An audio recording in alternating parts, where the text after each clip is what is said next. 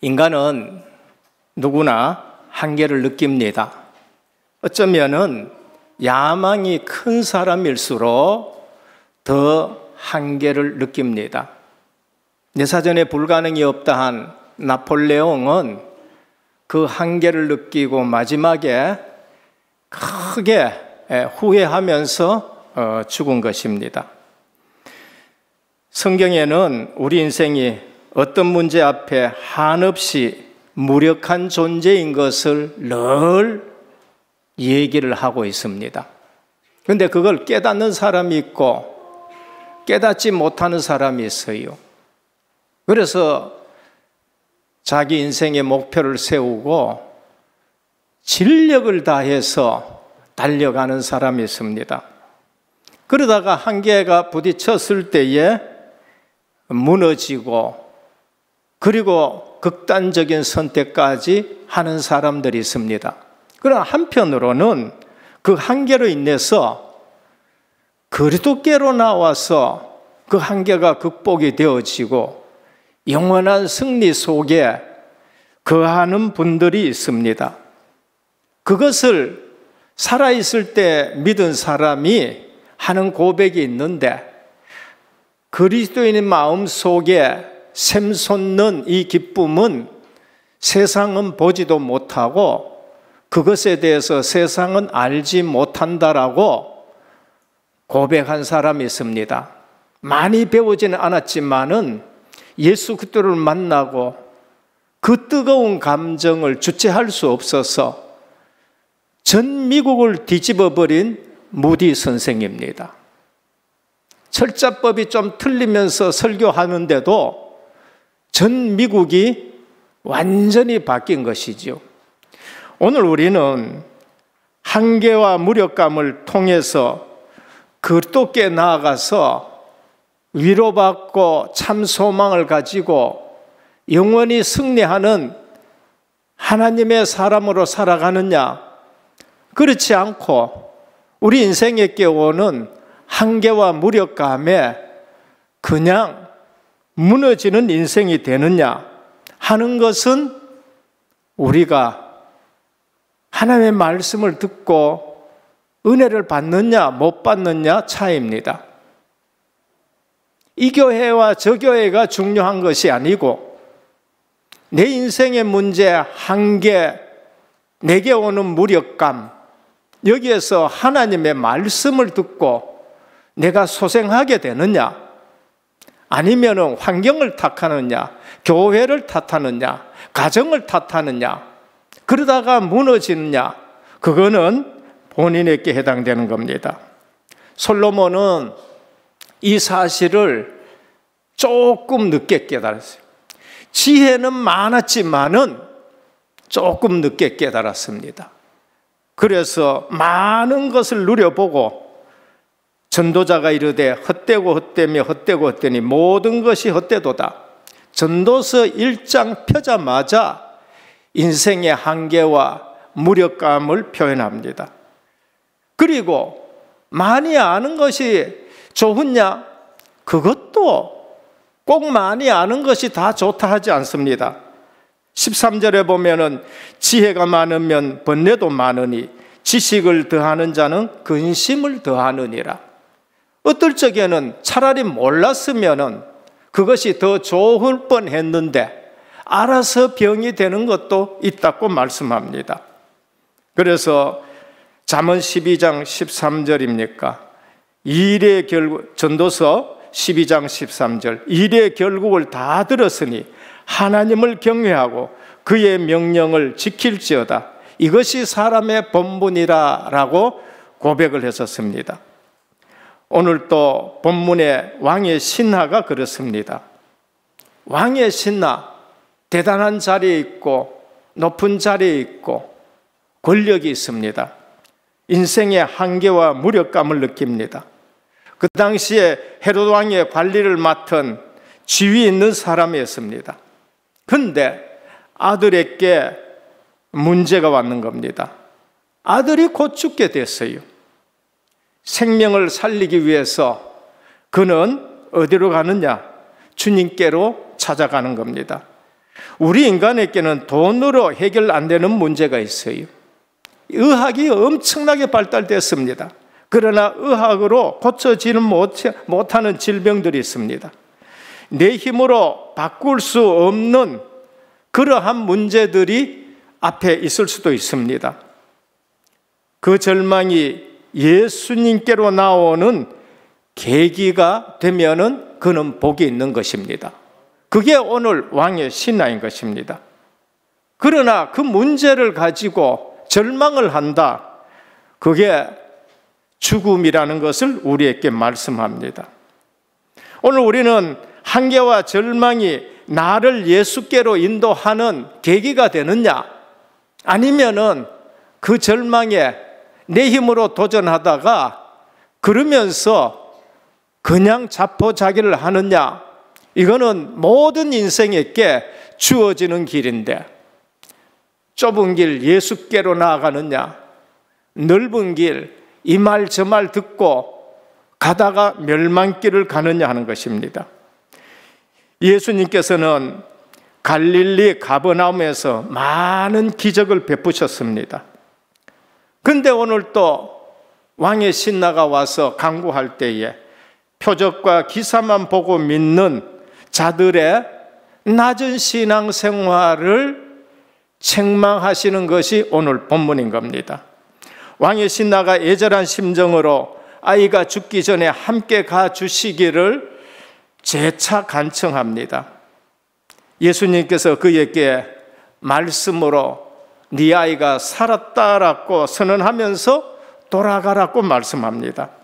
신하가 돌아가는 길에 아들의 치유 소식을 듣고 예수님의 말씀과 치유 시간을 확인하니 예수님이 말씀한 바로 그 시간에 아이가 낳았다는 것을 말씀합니다.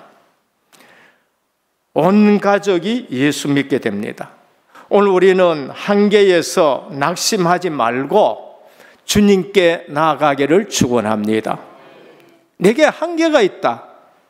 그러면은 그 한계가 주님 만나는 계기가 되어야 돼요.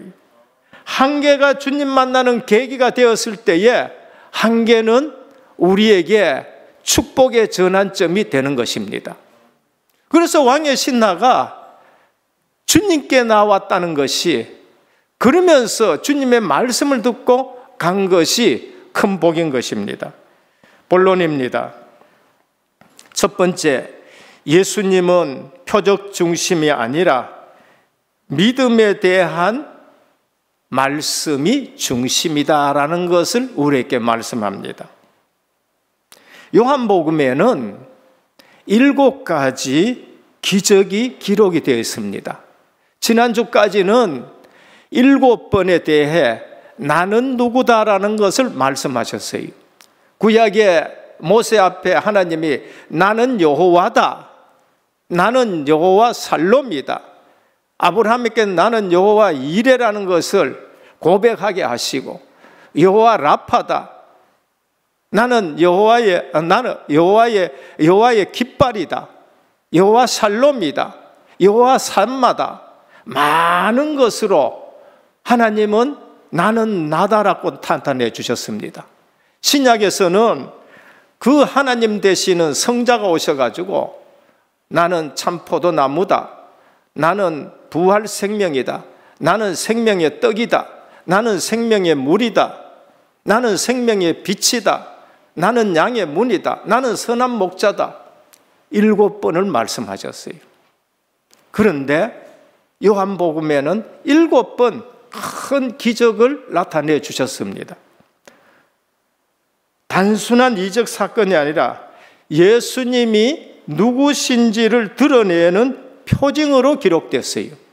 그래서 여기에는 기적이다, 기적이다만 하지 아니하고 그 사건을 통해서 많은 사람들이 예수님이 누구인지를 알기를 원했다는 것으로 표적을 나타내시니라. 무슨 표적 나타내는가? 예수님이 그리스도라는 표적을 나타내는 거예요.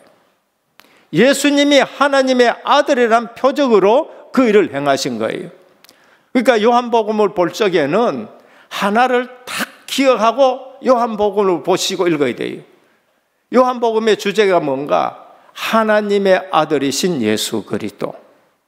그래서 하나님의 아들이 오셔서 우리를 구원하기 위해서 그분이 그리스도인 것을 믿으라고 표적을 계속 일으키시는 것입니다.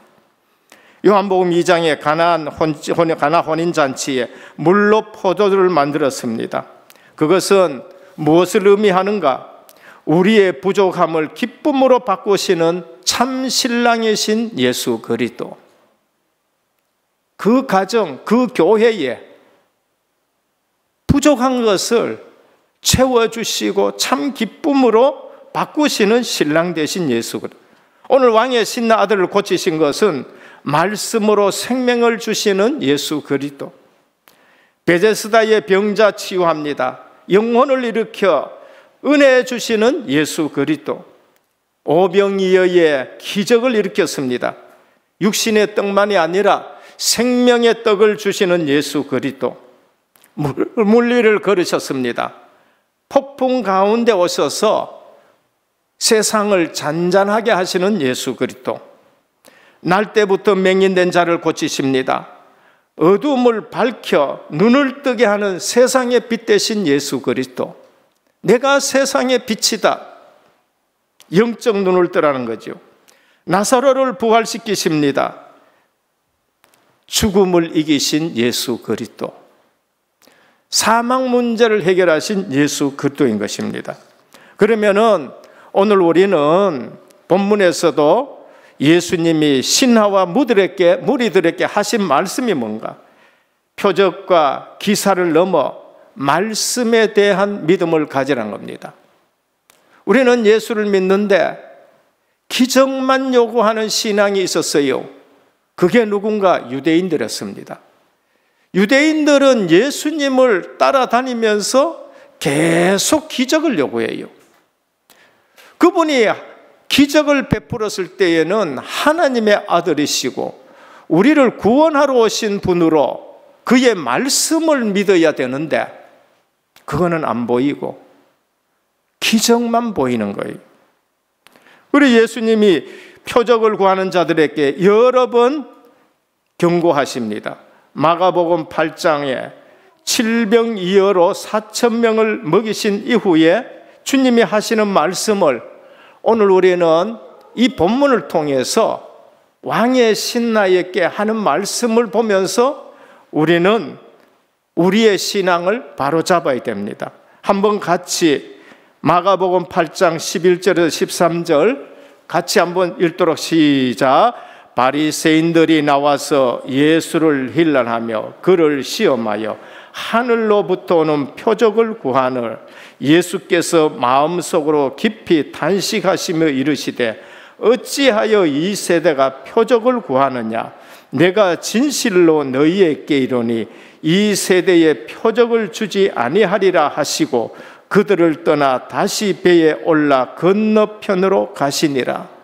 많은 표적을 일으켰는데도 오병이어의 기적, 칠병이어의 기적, 가나의 포도주 기적, 오늘 또 왕의 신나 아들을 고쳤는데 계속 표적만.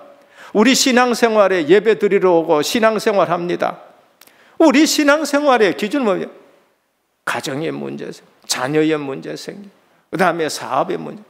늘 그런 것만 붙들고 와서 계속 응답만 신앙생활하고 기도한다. 그게 표적만 구하고 응답만을 구하는 거예요. 오늘 우리는 너희는 먼저 그의 나라와 그의 의를 구하라. 그리하면 이 모든 것을 너희에게 더하시라는 말씀 붙드시기를 바랍니다. 여러분, 주님만이 주인이 되고 주님이 너 속에 계시고 주님이 나를 인도하시면은 그 모든 문제도 다 아무것도 우리를 삼키지 못할 줄 믿으시기를 바랍니다. 어린 아이들이 하는 신앙생활을 계속 하는 거예요. 우리 예수 처음 믿으면요, 어린 아이기 때문에 울어도 금방 응답하십니다. 그러나 신앙이 자라면은 응답을 안 하실 때가 있어요. 왜 그런가?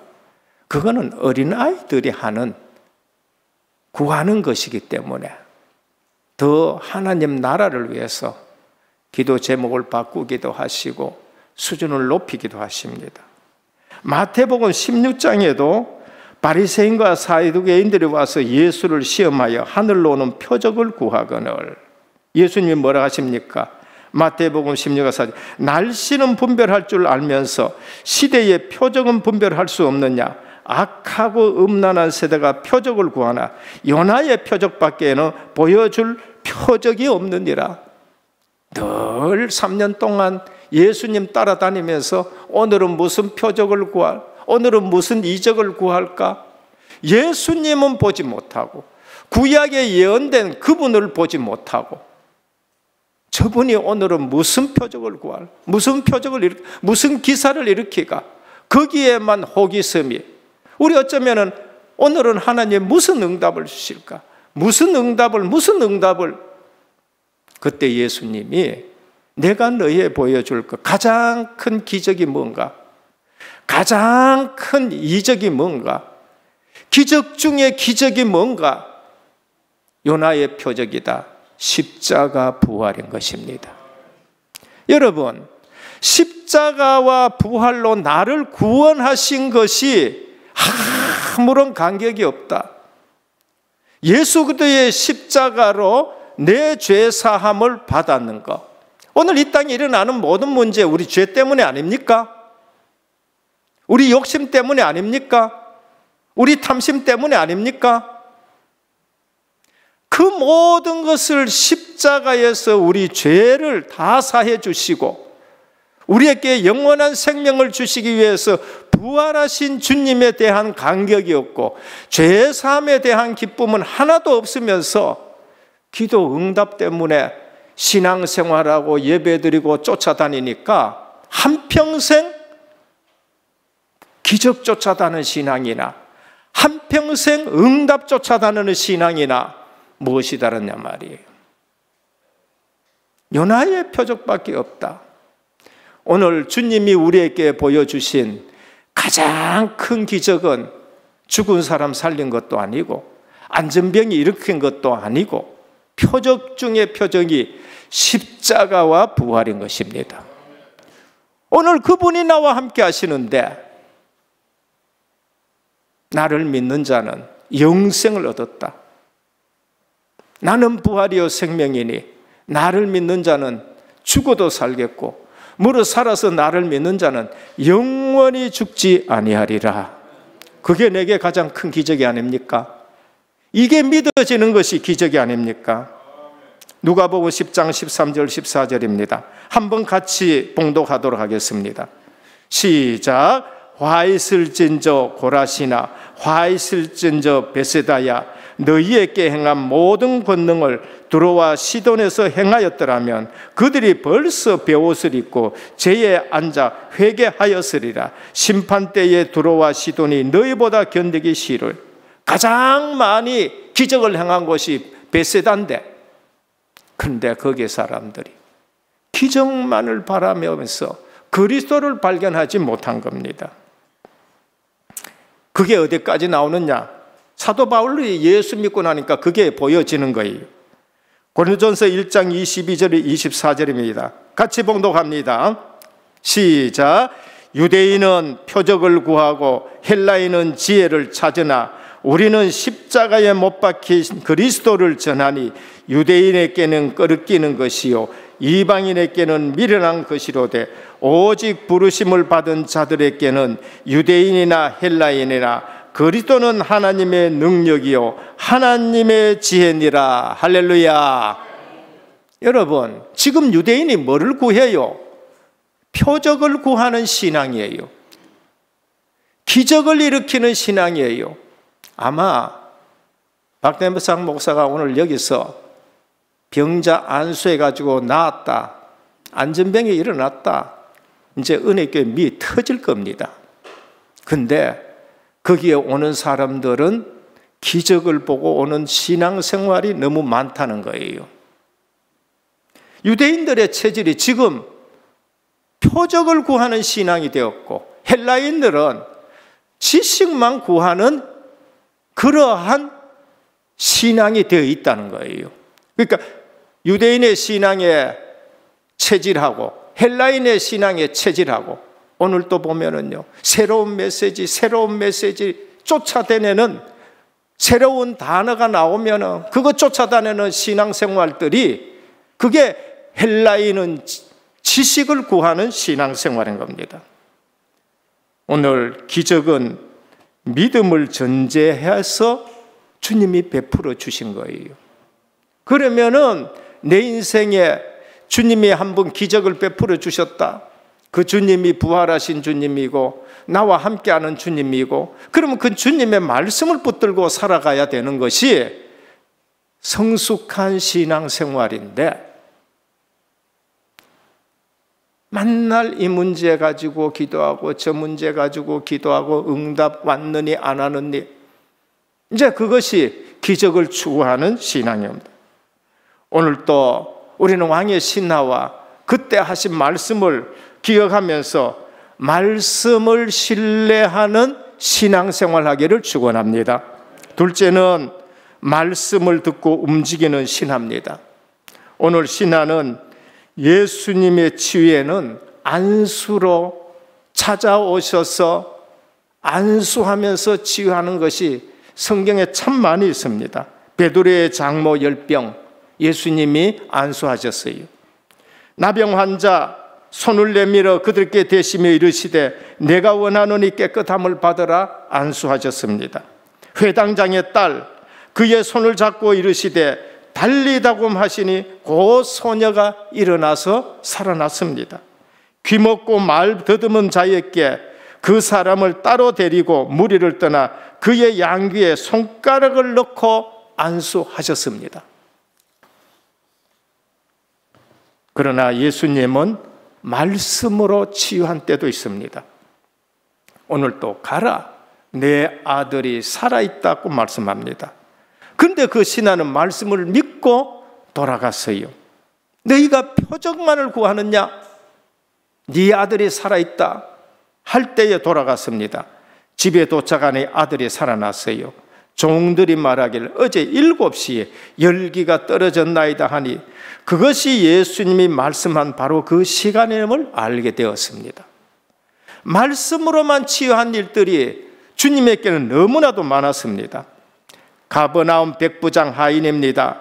주여 말씀으로만 하옵소서, 그리하면 내 하인이 낫겠나이다. 군인이지요. 100명 거느린, 우리로 말하면 중대장이지요. 그런데 그냥 중대장이 아니에요. 특수부대의 중대장이에요. 굉장한 권력이 있는 로마의 장교입니다. 그런데 이분이 뭘 알았느냐? 명령 한마디에 부하들이 움직이는 것처럼 예수님이 말씀 한마디만 하면은 이거는 해결되겠다는 거예요. 이만한 믿음을 내가 본 적이 없다 하는 거예요.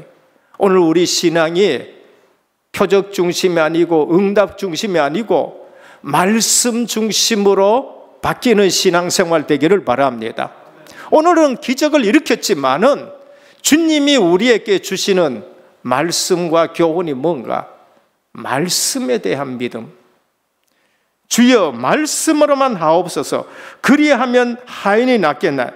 내 믿음대로 될지어다 하시니 하인이 그 시로 나으니라 그랬습니다.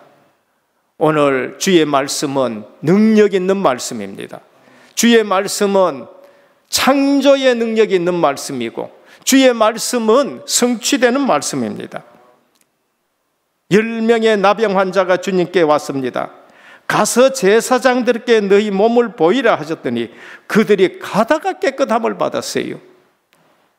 말씀대로 안수 없이 가다가 깨끗함을 받았다고 말씀합니다. 오늘 우리는 상황이 바뀐 후에 안심하는 것이 아니라 말씀이 떨어질 때에 그 말씀 받고 승리하시기를 축원합니다. 19세기 선교사 허드슨 테일러는 중국에 내지 선교사로 들어갈 때에, 그 중국 안쪽에 들어갈 때에 아무도 도움이 없었어요. 그런데도 사람들은 무모하다 했지만은 그는 말씀을 붙들고 내지 중심으로 들어갔고 중국에서는 가장 유명한 선교 사역 업적을 남긴 사람입니다. 지금 또 아프리카나 원시 부족에는 성경의 말씀대로 기적이 일어나는 일들이 얼마나 많은지 모릅니다. 그럼 아프리카와 여기가 다릅니까? 오늘 우리 모든 신앙생활이 말씀 중심으로 돌아가기를 축원합니다. 세 번째입니다. 말씀 성취와 가정 구원입니다. 53절, 신하가 집에 도착하니 아들이 살아났습니다. 종들이 말하기를 어제 7시에 나왔다고 말합니다. 그것이 예수님이 말씀하신 바로 그 시간임을 알게 됐습니다. 결과는 뭔가? 그가 자기와 그 온 집이 다 믿게 되는 겁니다. 말씀 하나 제대로 붙잡고 말씀대로 움직였는데 그 말씀대로 아들이 낳게 되니까 온 집안이 믿게 되는 역사입니다. 한 사람의 믿음이 가정을 살렸어요. 한 사람의 건강한 믿음이 가정을 살렸습니다. 가정의 문제를 말씀으로 붙들 때 그 믿음 전체가, 그 집안 전체가 살아나는 역사가 있습니다. 믿음은 표적에 있지 않고 말씀에 있습니다.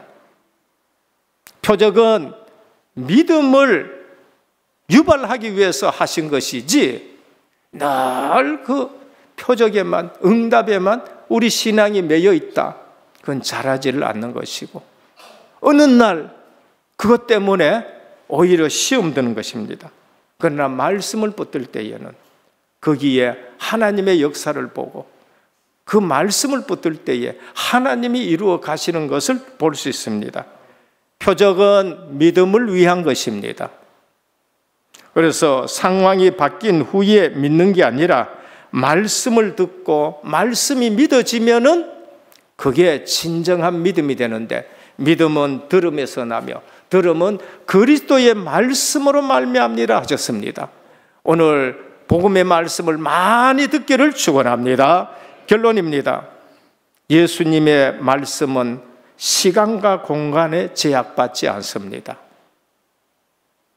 그 말씀을 붙들고 기도하면은 시간과 공간에 제한받지 않는 성령이 역사하는 줄 믿으셔야 됩니다.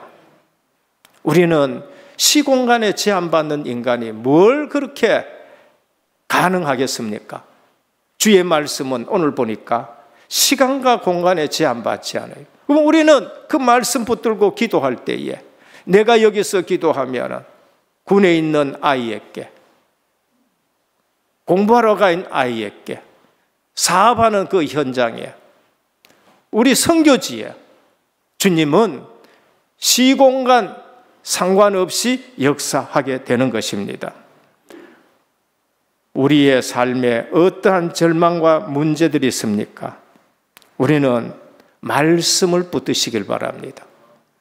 거기에 함몰되지 말고 오히려 그리스도를 만나는 계기가 되고 말씀을 붙드는 계기가 됩니다.